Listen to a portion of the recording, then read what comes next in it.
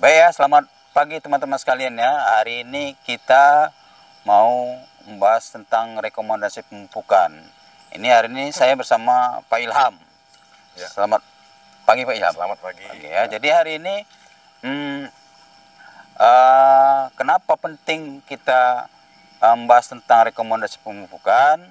Ya tujuannya adalah untuk kita mengetahui berapa pupuk yang harus kita berikan kepada tanaman. Jadi sedikit pembuka atau ilustrasi saya sampaikan bahwa kenapa kita harus membuat rekomendasi pemupukan. Untuk mengetahui hal itu ya, sekedar ilustrasi ya, bahwa ini tanaman ini kan sudah ada referensi dari balai ya, PPKS maupun perusahaan tertentu menganalisa bahwa di tanaman ini dari analisa daunnya itu ada standar kandungan unsur hara daripada tanam tersebut, terutama untuk tanaman sawit, ya kan. Jadi berapa kandungan yang terdapat dalam keadaan normal itu sudah ada standarnya. Maka dilakukanlah analisa berapa kandungan, analisa unsur hara, berapa kandungan di dalam tanah, berapa kandungan di daun. Jadi kalau kekurangan daripada kandungan tersebut yang di dalam tanah maupun di daun setelah dianalisa dibandingkan dengan standar yang ada yang sudah dilakukan penelitian atau referensi daripada PPKS atau perusahaan tertentu, itu kita bandingkan. Kekurangannya itulah kita lakukan pemupukan. Baik, ini di sini ada Pak Ilham ya, dari riset lah ya. Jadi Pak Ilham ini bisa menjelaskan nanti langkah-langkah apa kira-kira yang harus kita lakukan untuk mendapatkan rekomendasi pemupukan. Ya, silakan Pak Ilham. Baik, terima kasih kesempatan yang diberikan oleh Pak Irfan ya. Di sini saya sebelumnya menyampaikan juga sebenarnya rekomendasi ini kalaulah kita sampaikan kepada petani atau masyarakat awam untuk lahan kebun persawitan ya. Ini mereka merasa tabu ya membicarakan masalah rekomendasi. Jadi saya balik lagi ke 15 tahun yang lalu, saya itu Pak mempromosikan kecambah yang baik untuk ke petani. Jadi mereka merasa untuk apa kecambah yang baik, toh yang dihasilkan buah juga. Jadi mereka rata-rata ngambil aja itu yang bibit-bibit dongkelan, yang penting buah. Tapi setelah berjalannya waktu dan juga dengan buah yang kita hasilkan itu manfaatnya cukup banyak ya, dengan berjalannya waktu mereka mulai paham. Dan sekarang itu petani banyak memburu Pak kecambah-kecambah yang keluaran dari karantina, dari berbagai balai itu. Mereka pada pesan sama kita. Jadi saya kita sekarang ini membicarakan rekomendasi pemupukan ini. Saya ini balik lagi ke 15 tahun yang lalu ini Pak. Jangankan ke petani ini Pak, perusahaan-perusahaan aja pun dia ada itu melakukan rekomendasi, tapi tidak dilaksanakan. Rekomendasi itu hanya sebagai rujukan. Jadi makanya kita lihat ini Pak, perusahaan ya ada yang hanya rujukan, dia mempengaruhi ke berat janjangan. Kalau memang rekomendasinya tepat, kita pupukkan, misalnya dosisnya tepat, bloknya tepat, kita apa yang mau kita kasih, pupuk-pupuknya, itu dengan berjalannya tanaman semakin tinggi, semakin tua, tentunya janjangan semakin besar, semakin berat, sesuai dengan standar berat janjang. Tapi sekarang kita lihat tidak.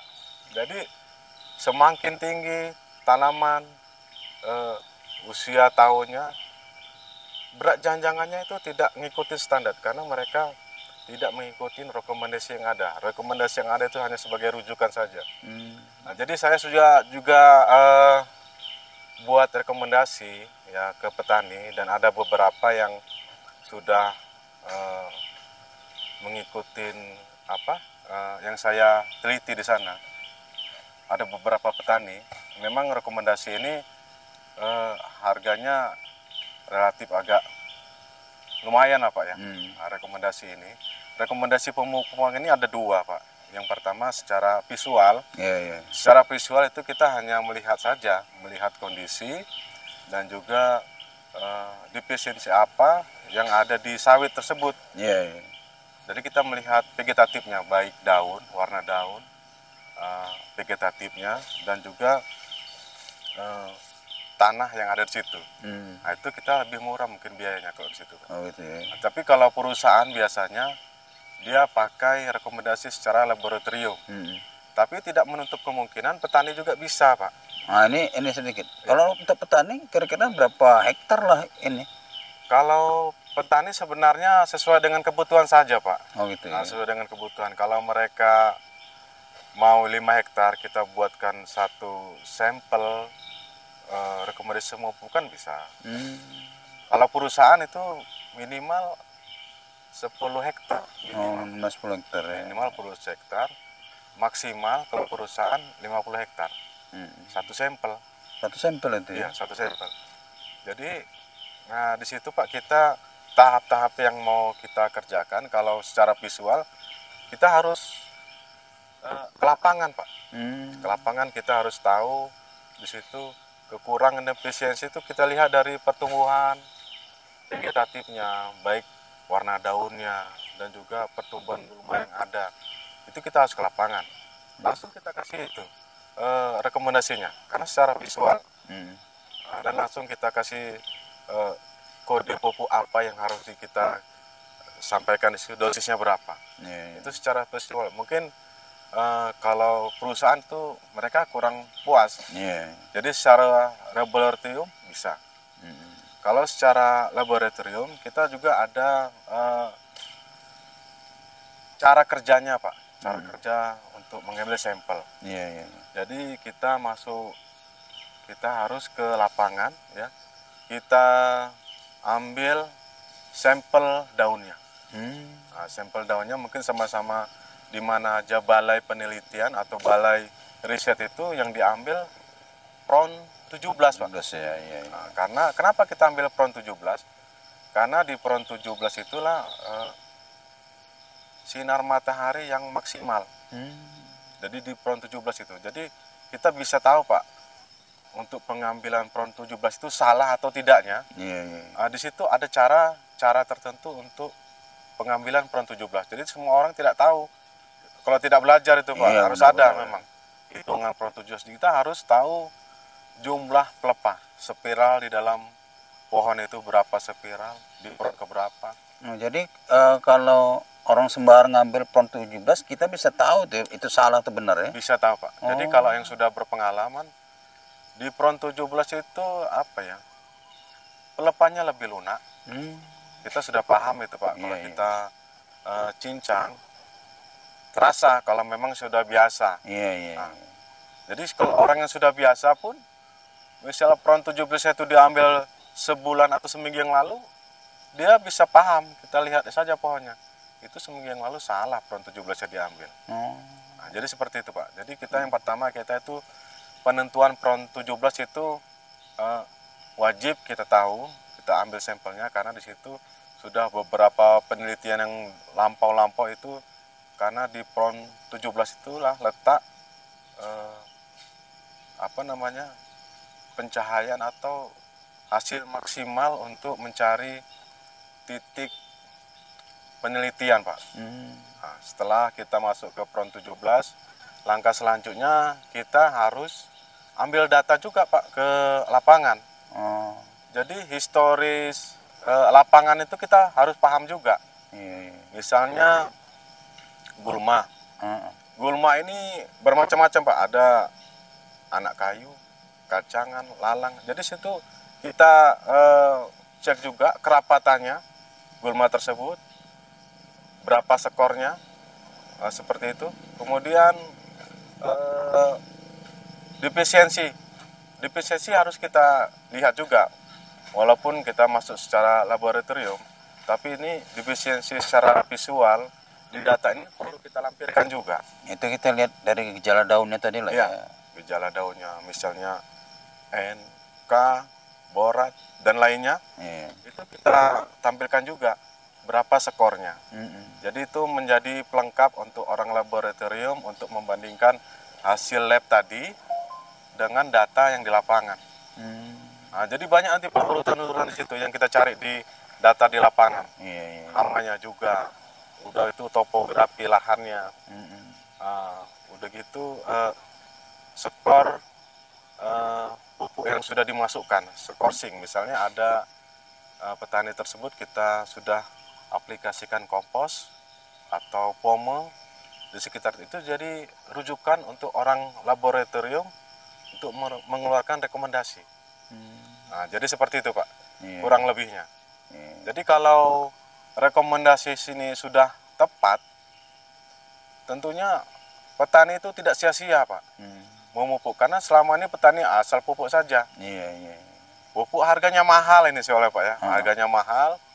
Jadi kita berusaha memberi yang terbaik lah untuk petani ini Pak, agar tepat sasaran. Jadi tepat sasaran, mudah-mudahan kualitas buah bisa maksimal dan petani bisa makmur. Itu saja mungkin Pak. Jadi kembali tadi itu udah langkah-langkahnya sudah lengkap semua, udah disampaikan tadi ya. Oh, ada memang Pak ya. Kalau memang mau kita lengkapi nanti memang prosesnya itu ya seperti sampel daun itu perlu langkah-langkah selanjutnya apa perlu kita sampaikan Pak, misalnya. Itu saya pikir nanti aja di ini berikutnya. Tapi yang jelas secara umum apa-apa yang mau kita laksanakan di lapangan tadi kan sudah disampaikan sudah. Saya pikir sudah cukup jelas itu. Iya kan? Baik ya teman-teman, ini melanjuti daripada cerita rekomendasi pemupukan tadi. Ini bisa dijelaskan lagi tambahannya oleh Pak Ilham. Gimana Pak Ilham?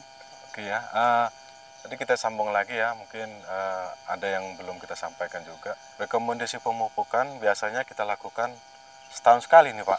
Setahun sekali ya? Untuk itu setahun sekali kan untuk pengambilan sampel daun ya. Kalau tanah berapa? Kalau tanah itu minimal 5 tahun sekali. 5 tahun sekali mengambil sampel tanah ya. Sampel tanah kita minimal 5 tahun sekali. Itu sudah kita lakukan juga di kebun-kebun yang lain. Ada kemarin minta untuk diperiksakan rekomendasinya 5 tahun sekali. Dan sampel untuk daun ini setahun sekali. Jadi dari sampel daun ini Pak, yang melanjutkan cerita tadi, kan ada di situ kriteria defisiensi. Bisa juga kita lihat dengan pertumbuhan daun, warna daun, itu bisa kita lihat Pak. Oke, ini inilah contoh lah ya, ini contohnya. Ini ada juga, kebetulan ada. Ini bercak oranye Pak ya, kita katakan ya. Iya, ini bercak oranye. Dia transparan ya. Ini indikasi kalium. Kalium artinya pupuk MOP. Jadi petani taunya MOP ya. Ya, kalium itu kita suplai dengan pemberian pupuk MOP lah ya. Pupuk MOP. Dari sini nanti kita ada skor juga, data yang saya bilang itu.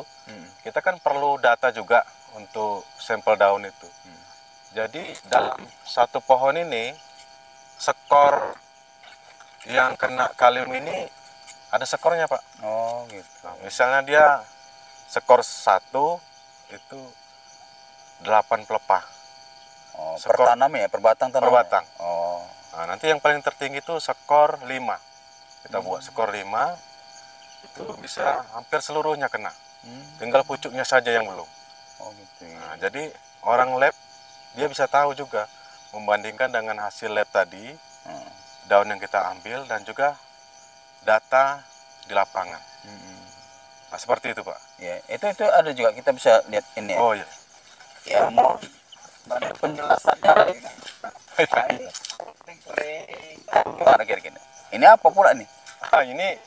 Ini memang genetik gitu Pak. Oh gitu ya. Jadi pelepah yang paling bawah itu sudah otomatis tidak akan diberikan makanan oleh tanaman tadi itu Pak. Oh. Nah, jadi kalau dia pelepan yang jadi ya wajib di pruning. Oh ya, seperti ini kering deh ini. Oh gitu kan. Jadi itu suatu ini juga Pak, harus kita cermati juga agar pupuk itu tidak sia-sia. Iya. Jadi kita pruning dulu, baru kita pupuk. Oh, langkahnya gitu ya, pruning dulu. Ya, pruning standar lah ya. Standar Pak, sesuai dengan tahun tanam. Iya, sebentar. Baru kita lakukan pemupukan. Iya, agar dia pupuk itu tidak kemana-mana. Nah, jadi dia tepat sasaran. Ya, ini yang dianggap pelepah tidak produktif lagi lah ya. Benar Pak, benar. Benar. Mungkin itu saja Pak. Iya, saya pikir udah cukup jelas lah ya. Iya, kalau kita mau cari defisiensi yang lain di sini belum ada Pak, misalnya magnesium. Biasa kalau magnesium itu dia pinggir-pinggir jalan dia, tempat-tempat yang lebih terbuka dia biasanya itu.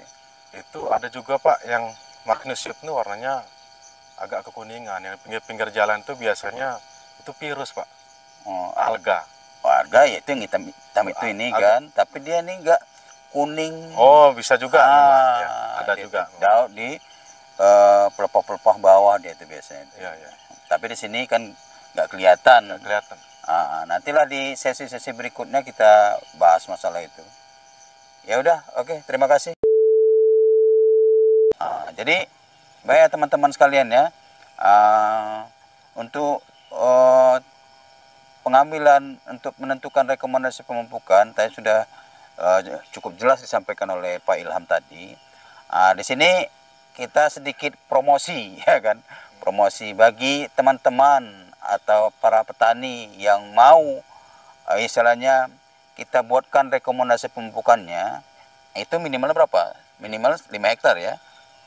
Bisa 5 hektar Pak. Minimal 5 hektar, mana tahu pingin dibuatkan rekomendasi pemupukannya ya baik petani maupun ya entah juga kalau ada perusahaan ya istilahnya perusahaan-perusahaan kecil lah ya. Bisa.